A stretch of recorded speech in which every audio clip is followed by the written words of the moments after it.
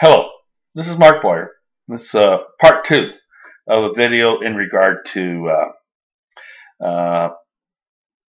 my freeman rights, basically. Because now I get to file constitutional motions instead of just having my pot stolen.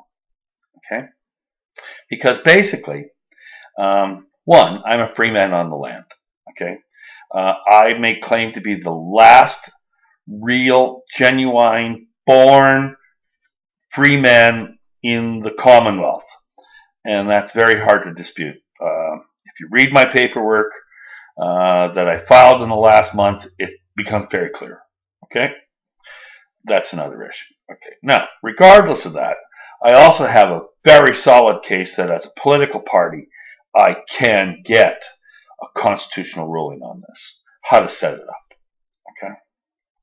What I did is I took a very unusual course and I spent $1,500 to a ticket by British Airways and filed to go to London, and then in the following I was going to go to Edinburgh, England, and file against the Lord Advocate. But, in this first filing, all I did was point out that under the fiduciary trust of Gordon Campbell, this was a simple one-page letter. And I'm quite good at doing one-page letters, okay? And that's what this one is, one-page letter. Basically, and it says, application for special travel documents. Now, under the Commonwealth laws, rules, and regulations, a free man, a genuine subject of the Queen, or the King in my case, must be given travel documents to travel within the Commonwealth. Period. Okay? They can say passport, they can say whatever, but it comes down to travel documents. And where do you get travel documents? Well, you can either get them in Canada, but if I filed in Canada, that would mean I would have my personhood or my freeman land status robbed from me because I was residing in Canada at the time I filed for the application. Therefore, a birth certificate would be issued to me and I would lose my freeman land status. Okay, that's not going to happen. But a freeman is allowed to file with the High Council of London, especially if that's where he's going. Okay, I set a meeting for the High Council of London a week and a half before going there.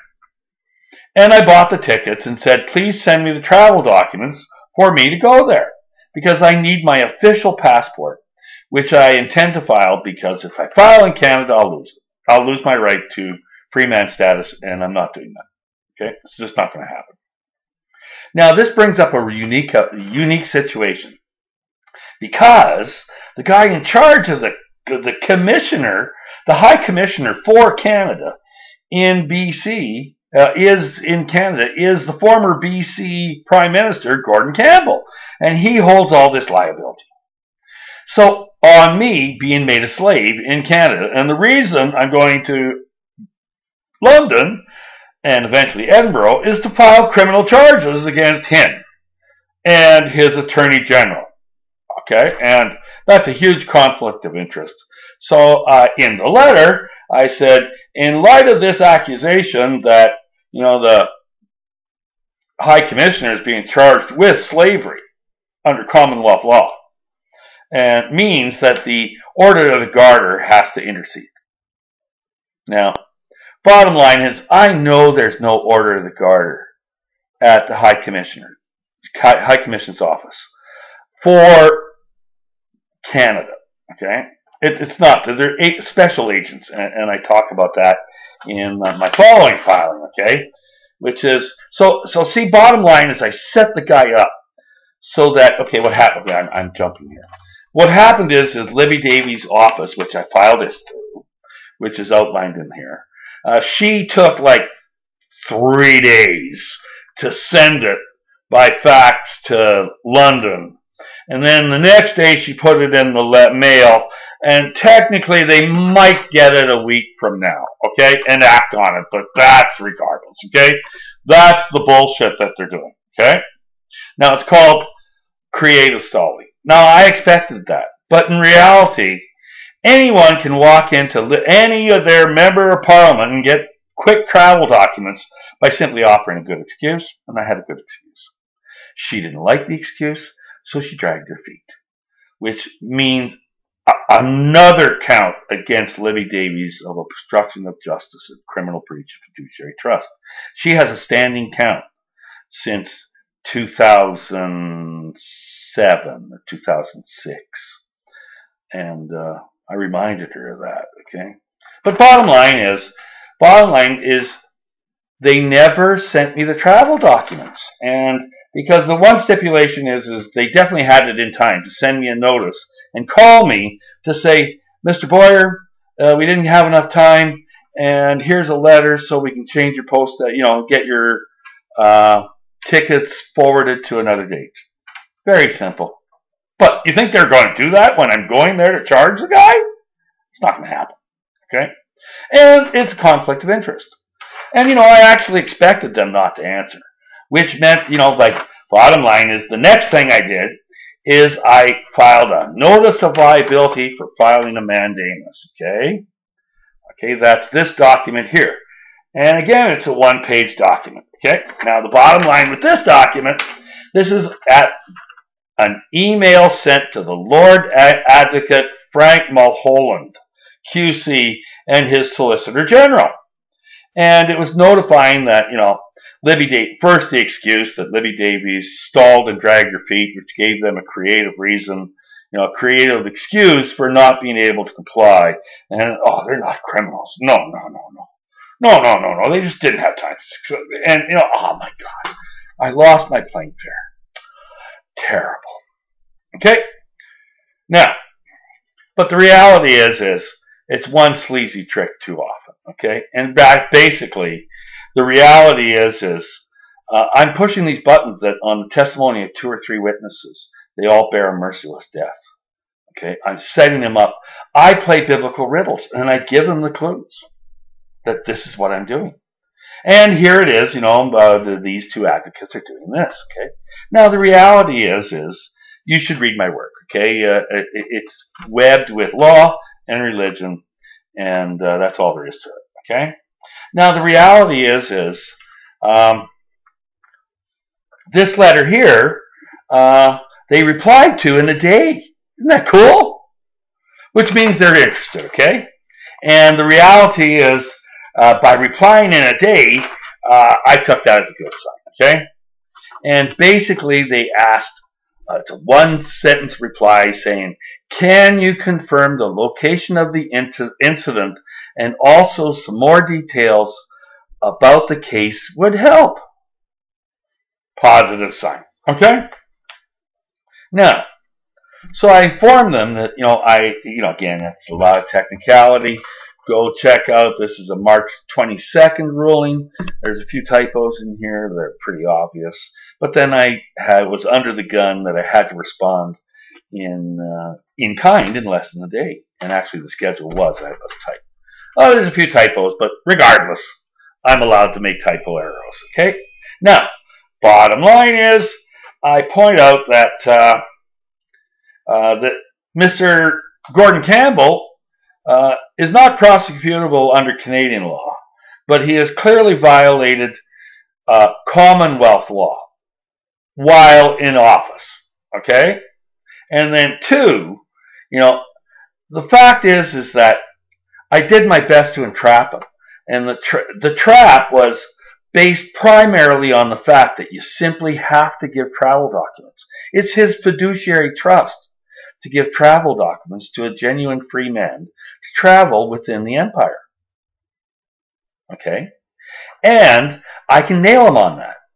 Now, the reality is by sending this letter to the Lord Advocate's office, I was actually sending it to the Order of the Garter, because they are the ones in charge of the Order of the Garter. They are the enforcers of the public trust under the Commonwealth. And they have like 600-700 lawyers under them. It's not just one guy with one little office. No, this is an entire Crown Prosecution Office there to enforce high crimes of the Commonwealth. That's in their charter. So I am knocking on the right door.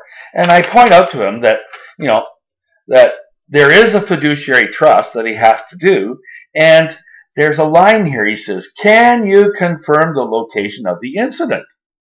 So I said, well, frankly, if you walked up, since you're the Order of the Garter and you're obligated to investigate my claim that I have to have travel documents, it's your fiduciary trust to go see Gordy Campbell and inform him that he has to do this.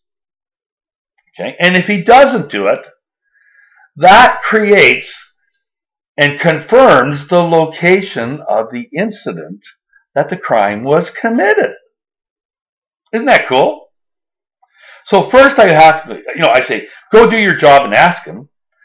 And if he says no, then you, right there in front of 2 or 3 officers, are listening to this guy break the law. A high crime of state, which really is a high crime of state. And they'd have to arrest him. Isn't that cool? It's called a setup. Okay? Basically what I'm doing, and I warned him ahead of time, is that I'm setting a trap. Okay? So basically I point out to him that,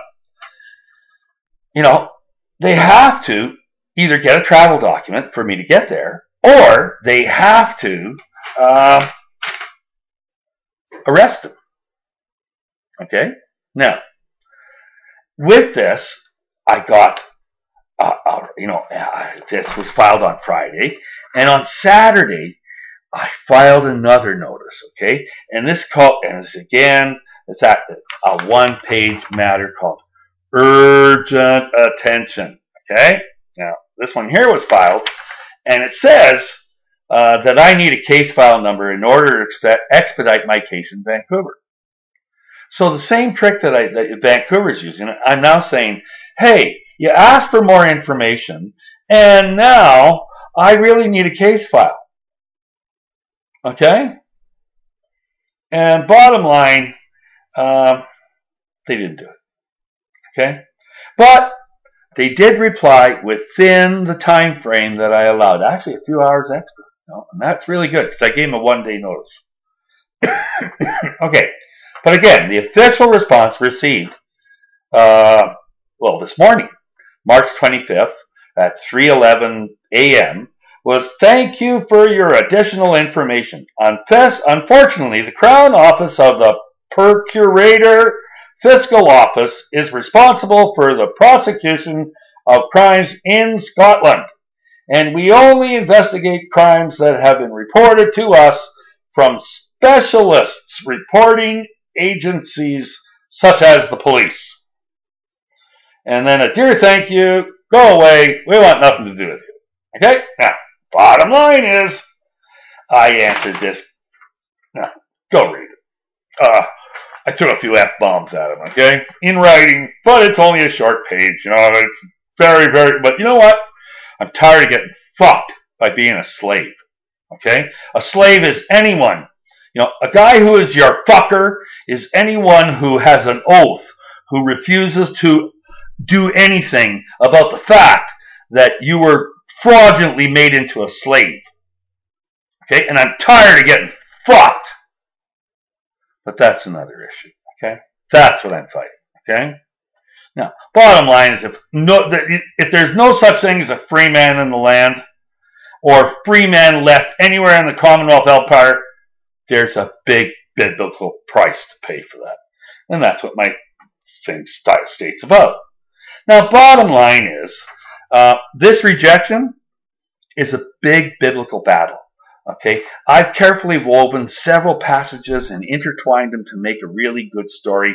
And you really have to read it. And anyone who knows his Bible can go, oh, that's that verse, that's that verse, that's that verse, that's that verse. And I really threw at him a real solid biblical twist.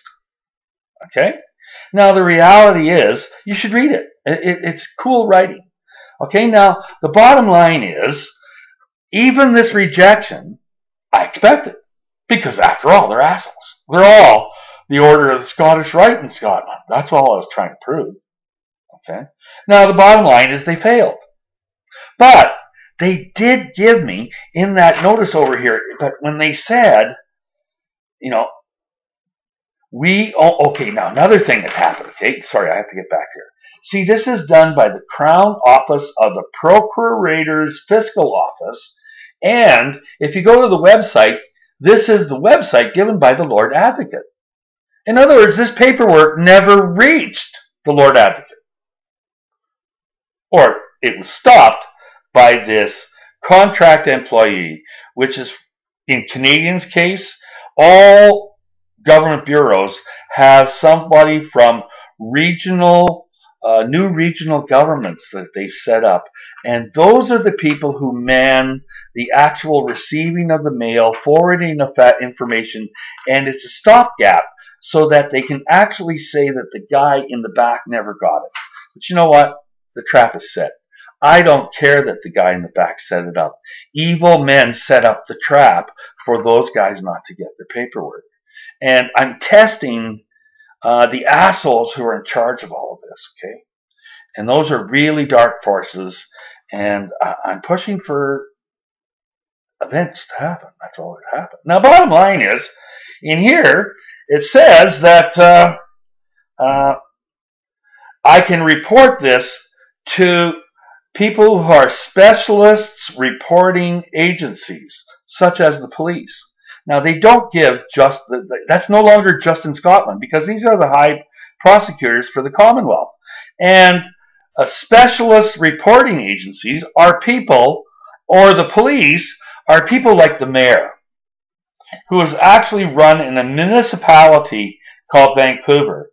And he's being trashed of any right to being running a municipality by an Attorney General of BC who's ramming down him that he's a principality. Okay?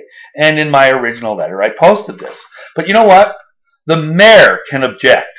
And you know what? The sheriffs of BC are a police who can file with the High Advocate in order to get a case filed to start prosecuting the high crimes that are committing in BC. That's all there is to it. Okay? This afternoon, I filed with the sheriffs. I filed with the city. And they went, well, bottom line is they're going to have to follow up on this tomorrow. But in the meantime, I have successfully, by following their paperwork trail and actually anticipating what their response would be, made a full loop back, and I'm very, very close to filing high crimes of state against Stephen Harper, Gordon Campbell, the Attorney General of Canada, the Attorney General of BC, and so many public officials that it's staggering. Okay? And bottom line is, they can say no. They don't have to do it. But then, those are real biblical buttons that they might regret having to do, because they really are rejecting the new covenant. And that's another issue that I'll take up on part 3. Thank you.